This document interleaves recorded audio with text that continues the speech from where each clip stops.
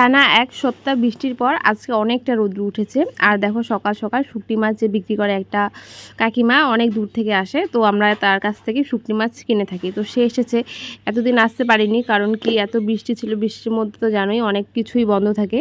তো আজকে অনেকটা রৌদ্র উঠেছে, আর রৌদ্র উঠা দেখে না মানে সবাই এত পরিমাণে ধোয়া কাচা শুরু করে দিয়েছে কি বলবো। আর আমি মাকে বলছিলাম যেদিনই রৌদ্র উঠবে সেদিনই কিন্তু বিছানার চাদরটা ধুতে হবে, বিছানার চাদরটা অনেকটা নোংরা হয়েছে আর রৌদ্রুর কারণে কিন্তু ধোয়া হচ্ছিল না। তো আজকে যেহেতু অনেকটা পরিমাণে রৌদ্র উঠেছে, তো আজকে কিন্তু ধোয়া কাচাটা সমস্ত বাড়িতেই লেগেই থাকবে।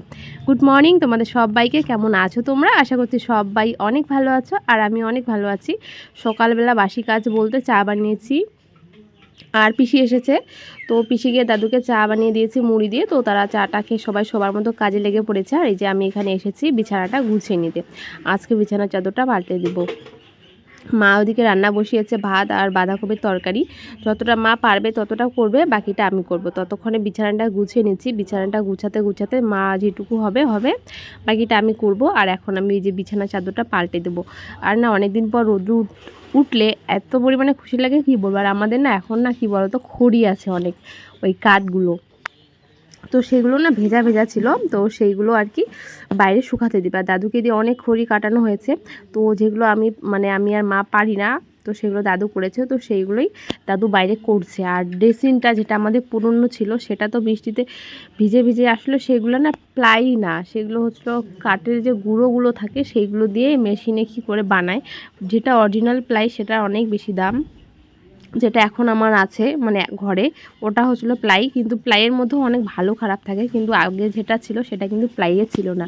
সবাই ভাবে ওটা প্লাই, কিন্তু আসলে ওগুলো প্লাই হয় না। যাই হোক, এদিকে আমি বিছানাটা গুছিয়ে নিচ্ছি। আর না এত পরিমাণে গরম লাগছে, সকাল সকালই ফ্যান চালিয়ে দিয়ে পুরো কাজকর্ম করা শুরু। বাড়িতে যত মানুষ আমরা আছি, 4 জন, আমি, মা, দাদু আর পিসি, সবাই মোটামুটি কাজে লেগে পড়েছে, কেউ ফাঁকা নেই। পিসিও সমস্ত জিনিস বের করে দিচ্ছে, খড়ি টড়ি। এইদিকে দেখো একটা ছোট্ট একটা বুনু এসেছে, একটা কাকুর মেয়ে, অনেক দূরে বাড়ি, অনেক দূর বলতে পাশের পাড়া। তো সে এসেছে পিসির সঙ্গে দেখা করতে তার বোনকে নিয়ে। তো সে না আমাদের ঘরে ঢুকে না আয়নার মধ্যে তার পুরো একদম পা থেকে মাথা অবধি দেখলো, হয়তো সে কখনো হয়তো দেখেনি। আর বাচ্চারা তো ড্রেসিংয়ের মধ্যে তো মানে সবসময় পুরোটা দেখতে পারে না, তাই না? আর আমার যেহেতু ড্রেসিংটা একদম পা থেকে মাথা অবধি দেখা যায়, তো না সে দেখে না হাসছে, আবার কি বলছে, গান করছে, মানে ঢং করছে আর কি ড্রেসিংয়ের সামনে গিয়ে। তারপরে দেখো এদিকে আগের ড্রেসিংটা তো পুরো অবস্থা সে একটু একটু করে ভাঙতে ভাঙতে পুরোই ভেঙে গিয়েছে। তো দাদু সেটাকে একটুখানি মানে কিছু জিনিসগুলো খুলে ওটাকে সাইড করে রেখে দেবো। ওটা তো আর জানালি হিসাবেও ব্যবহার করা যাবে না, মানে খড়ি হিসাবে, আর ভিজে পুরোই অবস্থা শেষ। এদিকে দেখো মা, এদিকে পিসির বাদাম শুকাতে দিয়েছে, অনেকগুলো বাদাম আমাদের নদীতে হয়েছে, তো পাশের বাড়ি বর্মারা দিয়েছে, সেইগুলো বাদাম শুকাতে দিয়েছি। মানে ঘরে যে জিনিসপত্র থাকে সেইগুলোই ঘরের মধ্যে শুকাতে দিয়েছি। আর বাইরে এত পরিমাণে রৌদ্র দেখে কি দিব আর কি দিব না সেটাই সবাই ভেবে পাচ্ছে না। মাও অনেক কিছু দিয়েছে, পিসিও দিয়েছে, দেখো আমি দিচ্ছি এখন, দাদুও দিয়েছে। দাদু যেই ঘরে ঘুমায় না সেই ঘরে দাদু যে লেপগুলো ছিল ওইগুলো না দাদু দিয়েছে। আর এই ঘরে আমি এগুলো দিচ্ছি চেয়ারের মধ্যে। আসলে আমাদের ঘরে এক সাইডটা বিছানার এক সাইডটা একটুখানি ফুটো থাকে, সবসময় মনে থাকে না বস্তা বা প্লাস্টিক দেওয়ার, তখন কখনো কখনো জল পড়ে। আর ঘুমের মধ্যে বালিশটা যদি চলে যায়, বালিশটাও ভিজে যায় আর লেপটাও কিন্তু ভিজে যায়। খুব একটা বেশি ভিজে না, তবে অনেকটাই ভিজে, যার জন্য অনেকটা পরিমাণে রৌদ্র দেখে সবাই কাজ করতে পুরো মানে ব্যস্ত। এদিকে দেখো মা চলে গিয়েছে কাপড় কাচতে, আর আমি এখানে দেখো রান্না বসিয়ে দিয়েছি। মা এতক্ষণে বাঁধাকপিটা এই পর্যায়ে এনেছে, বাকিটা আমি করে নেব, একটুখানি সেদ্ধ করতে হবে।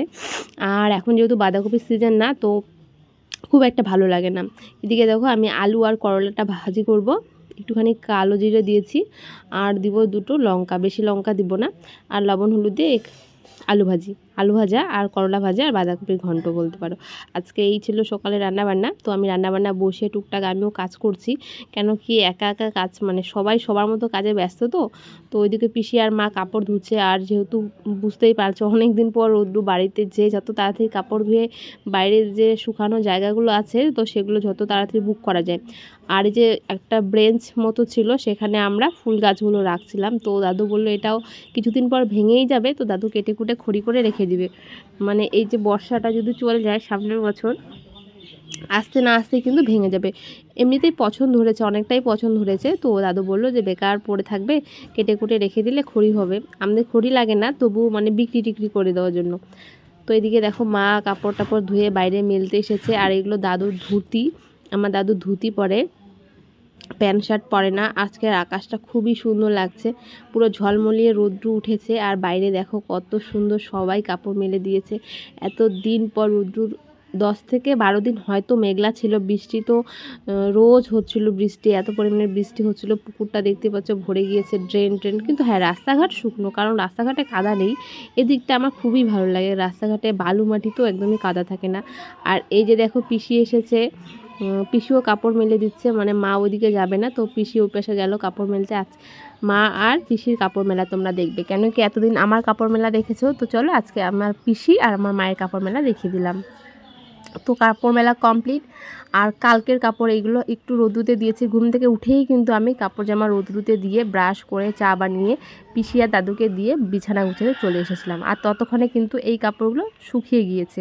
তো এইগুলো দাদুরই জামা, গেলোবার আমি দাদুকে এই মানে টি শার্টটা দুর্গাপূজার সময় যখন এসেছিলো দিয়েছিলাম, তোমাদেরকে দেখিয়েছিলাম। তো সেটা দেখো আমার মানে দাদুকে পরে দেখে না কি ভালো লাগছিল কি বলবো। আর এটা আমার বাবার জামা, অনেক দিন পর বাবার জামায় হাত দিয়েছি, বাবার জামাটা ভাঁজ করে রেখে দিচ্ছি। আসলে দাদু না বুঝতে পারিনি এতদিন হাসপাতালে এসে এতদিন মানে পরে যাবে, যার জন্য বেশি জামা কাপড় আনিনি। আর বৃষ্টির দিন দাদু মানে একটা জামা কাপড়ই ছিল, মানে গরম লাগে আবার বৃষ্টিও পড়ে, তো খালি গায়ে ছিল। আর ছেলে মানুষ মানে ছেলে মানুষ বলতে বয়স্ক মানুষ, খালি গায়ে থাকলেও কোনো অসুবিধা নেই। এইদিকে দেখো একটা মাত্র শাড়ি ছিল, তো সেটা ভাঁজ করে রেখে দিয়েছি। বৃষ্টি ছিল ঠিকই, কিন্তু জামা কাপড় খুব একটা ভেজা ছিল না, ফ্যানের হাওয়ায় মোটামুটি আমি শুকিয়ে ভাঁজ করে রেখে দিয়েছি। ওই 2-1টা ছিল হাতে গোনা, সেইগুলি ভাঁজ করে রেখে দিয়েছি, বাকি সমস্ত কিছু মা ধুয়ে রেখেছে। আর আমার নাইটি তো জানোই আমি ধুয়ে দেই না, আমি রেখে দেই, সেগুলো মা একবারে ধুয়ে দিয়েছে আজকে। আর কি বলো তো, আমার যে একটা সাদা কালারের নাইটি আছে না, আমি তো ভেবেই রেখেছি সেটা আর পরবো না, মানে এতটা পরিমাণে নোংরা হয়েছে, কিন্তু ওই নাইটিটা মা এত সুন্দর পরিষ্কার করে নীল দিয়ে ধুয়ে দিয়েছে, মানে দেখে এত ভালো লাগছে কি বলবো। সমস্ত কাজ কমপ্লিট করে এর মধ্যে আমরা কিন্তু খাওয়াটাও খেয়ে নিয়েছি। খাওয়াটার পর এই যে দেখো গ্যাসটা মুছে নিচ্ছি, সেরকম আর কিছু কাজ নেই, গ্যাস মুছে ঘর মুছে কিছু বাসন আছে, সেই বাসন মাজলেই আজকের মতো কাজ কমপ্লিট। হ্যাঁ দুপুরের দিকে আরও অনেক কাজ আছে, সকাল সকাল সমস্ত কাজ কমপ্লিট, এখন ওই 11টা থেকে 11:30টার মতো বাজে। তবে কি বলো তো, সবাই মিলে কাজ করলে না অনেক তাড়াতাড়ি কাজগুলো কমপ্লিট হয়ে যায়। কেউ রান্না করছে, কেউ বাসন মাজছে, আমার পিসি বাসন মেজেছিল, আমি রান্নার দিকটা একটুখানি দেখে নিলাম। খুব একটা মানে ভারী রান্না ছিল না, সিম্পলের মধ্যে ছিল, খুব একটা ঝামেলা হয়নি। আর মা কাপড় টাপড়গুলো ভালো করে কেচে কুচে ধুয়ে দিয়েছে, কাপড় যেমন অনেক ছিল আমার মা দাদুর, তো সেইগুলোই করে নিয়েছে। সকালবেলা যা সমস্ত বাসি বাসন ছিল সেইগুলো কিন্তু পিসি মেজে নিয়েছে, সকালের দিকে বাসনটা অনেকটা বেশি হয়। আর এই যে খাওয়া দাওয়ার পর হাঁড়ি মানে কড়াইয়ের মধ্যে তরকারিগুলো ছোট ছোট বাটিতে নামিয়ে তারপরে বাসি বাসন বলতে সেরকম কিছুই নেই, ওই রান্নাবান্নার খাওয়া দাওয়ার বাসনগুলো এই যে বের করে এখন মাজতে বসেছি। ঘর মোছা গ্যাস মোছা সমস্ত কিছু কমপ্লিট, বাসনটা মেজে একটুখানি কাপড় আছে, একটুখানি বলতে একটাই মাত্র নাইটি, একটা পেটিকোট আছে, তো সেটা কেচে কুচে রোদ্রুতে দেওয়ার পরে স্নানটা করে নেব। এতদিন যে বৃষ্টি হয়েছে না, একবারও মুখে জল দেইনি, আর এখন একদিনে এত পরিমাণে রৌদ্র দিচ্ছে গায়ে ঠিক সহ্য হচ্ছে না, কতবার যে মুখের মধ্যে জল দিলাম মানে ধারণারও বাইরে। ঘুম থেকে উঠে কিন্তু আমি বারবার করে গরমের দিনে মানে যখন ব্রাশ করি তখন কিন্তু যদি বাড়িঘর ফাঁকা থাকে, আমাদের বাড়ি সবসময় ফাঁকা থাকে মা আর আমি কিন্তু ওদিকে স্নানটা না করে নিই। আজকে আর হলো না, আজকে বাড়িতে অনেক লোকজন। তারপরে দেখো এদিকে বালতি টলটি পুরো পরিষ্কার করে মেজে গুজে একটুখানি কাপড় ছিল সেটাকেও কিন্তু আমি ভালো করে ধুয়ে নিব। অনেক কাপড় আজকে মা ধুয়েছে, আর মার হাতের আঙুলটা এক সাইডটা একটুখানি কেটে গিয়েছে, তবুও মা ধুয়েছে, তার কারণ রোদ্রু আজকে দিয়েছে, কাল নাও দিতে পারে, মানে এখন যেহেতু বৃষ্টি লেগেই আছে, যাই হোক একদিনের রোদ্রু দেখে না মানে মোটামুটি 1 সপ্তাহের কাপড় কাচা কমপ্লিট। এদিকে দেখো দুপুরের দিকে দাদু যেহেতু তারপরে হাসপাতালে গিয়েছে, আর হাসপাতাল থেকে না দাদু আসে ওই 11টা-12টার দিকে, তখন এসে খাওয়া দাওয়া করে। আর খাওয়া দাওয়ার পর দুপুরের দিকে আর ভাত খেতে চায় না, পেটটা নাকি ভরা ভরা লাগে, তো তখন আমি দাদুকে আম আর মুড়ি দিয়ে দিই।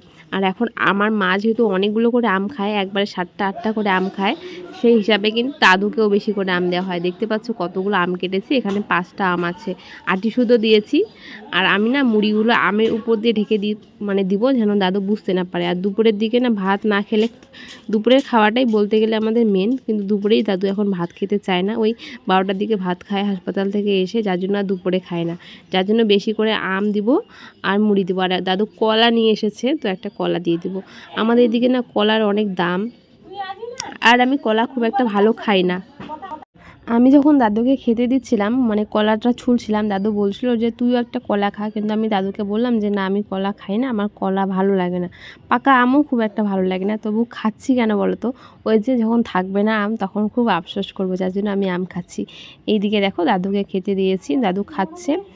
তো আজকের ভিডিওটা বেশি বড় করছি না, আজকের ভিডিওটা এখানে শেষ করছি। তো চলো তোমাদের সঙ্গে দেখা হচ্ছে নতুন দিন নতুন কোনো ভিডিওর সঙ্গে।